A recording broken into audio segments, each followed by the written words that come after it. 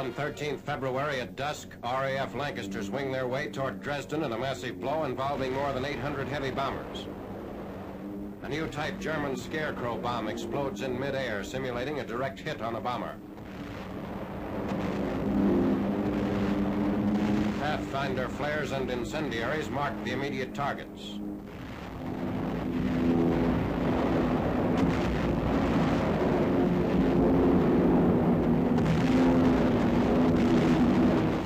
Another Scarecrow bomb. The attack is in support of Russian armies moving toward this rail center on a front 50 miles away.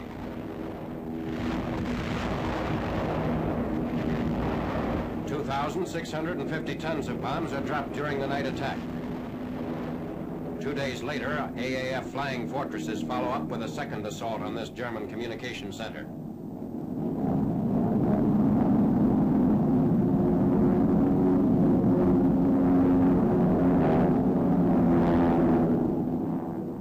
And 25 tons of explosives are aimed at what remains of the freight yards.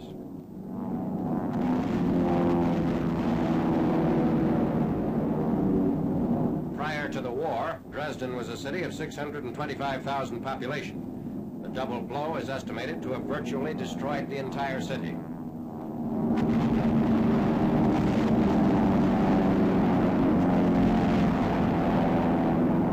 RAF planes over enemy territory on 22nd February, a typical day of all-out Allied bombing.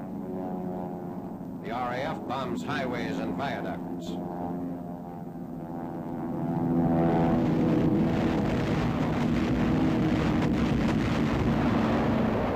Every type of RAF combat plane is used in this onslaught on German transport, troops, and communications.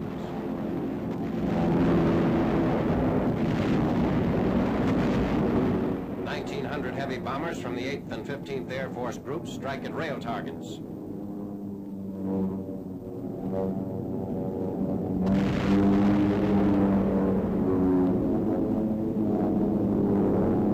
Rocket-firing Typhoons peel off to strike at enemy installations and supplies.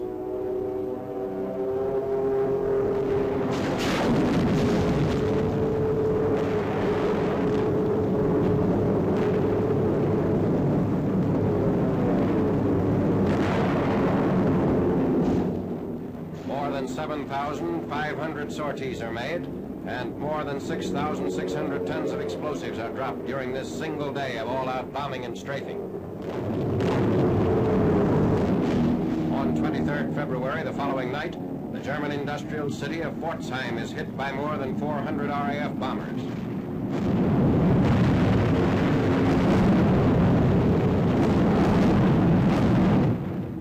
Using a new bombing technique, the Lancasters lay some 10,000 4-pound incendiaries to mark the target.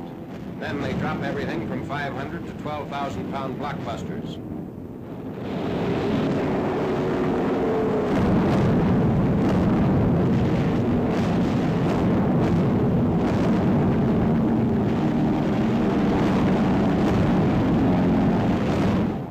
In 20 minutes, the raid is over. The town of Pforzheim is completely destroyed.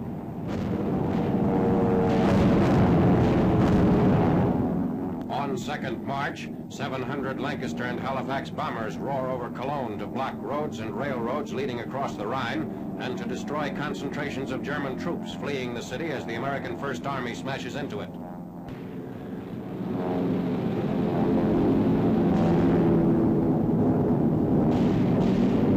"3,000 tons of bombs hit the city, once fourth largest in Germany, now a pile of rubble and shattered buildings."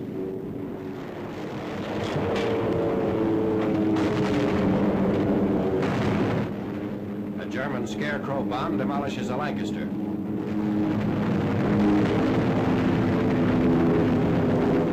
Strategic targets are hit without destroying the Cologne Cathedral, which still stands amid the ruins.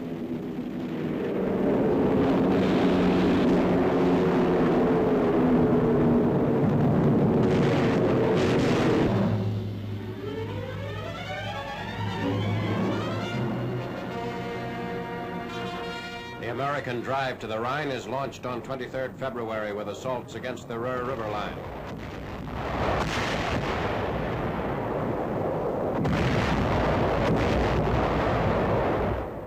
troops of the 1st and 9th Armies await the signal to follow platoons which negotiated the swollen Ruhr in the hours before dawn. Tanks give protective fire at the river's edge.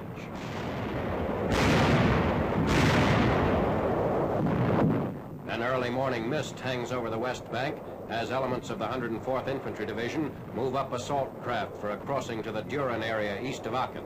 Despite enemy fire from the east bank and the swift current of the Ruhr, the bridgehead operations go forward almost without interruption.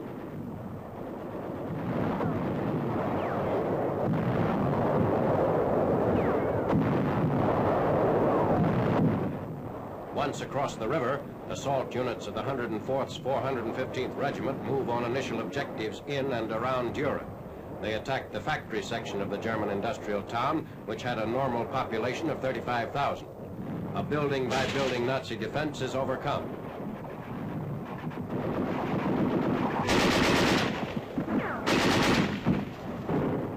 Except for slight delays at surrounded strong points, our troops complete the capture of Düren without encountering formidable opposition.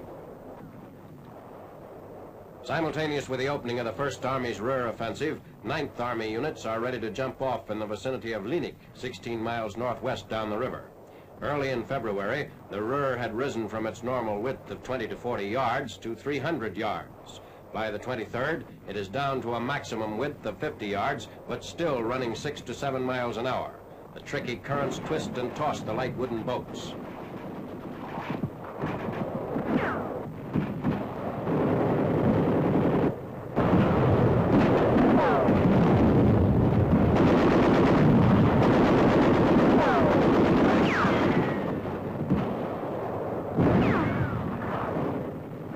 One of the assault craft is shown righted again after having overturned and nearly drowned its occupants. Repetitions of such incidents are numerous. Rescuers saved many lives.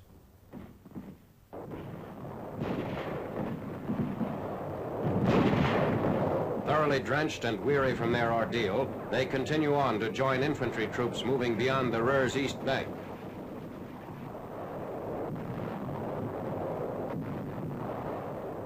A footbridge to facilitate further crossings is constructed by combat engineers under intense machine gun and mortar fire.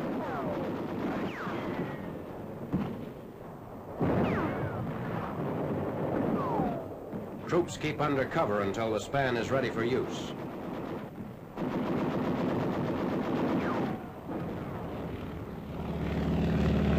As they cross, an American reconnaissance plane surveys the operation.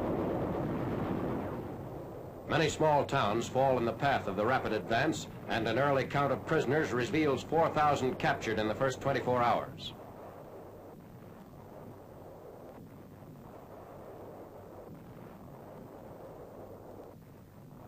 The 29th Infantry Division, still another arm of the coordinated drive across the Ruhr, it has the assignment of seizing the river fortress town of Jülich.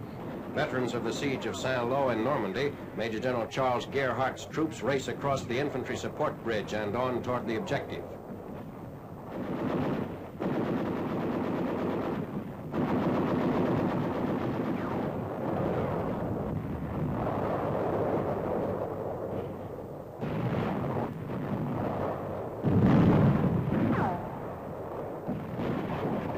General Gerhardt makes the crossing along with his troops and directs the advance into besieged Jülich.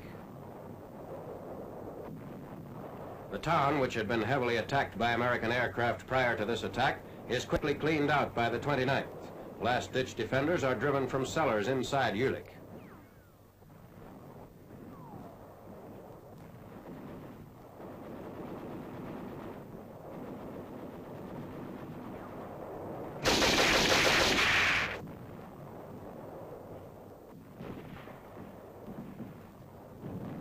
Incidents in the bridging of the Ruhr. This footbridge, constructed at night, was knocked out early the next morning. A soldier killed during the attack still lies on the wrecked span.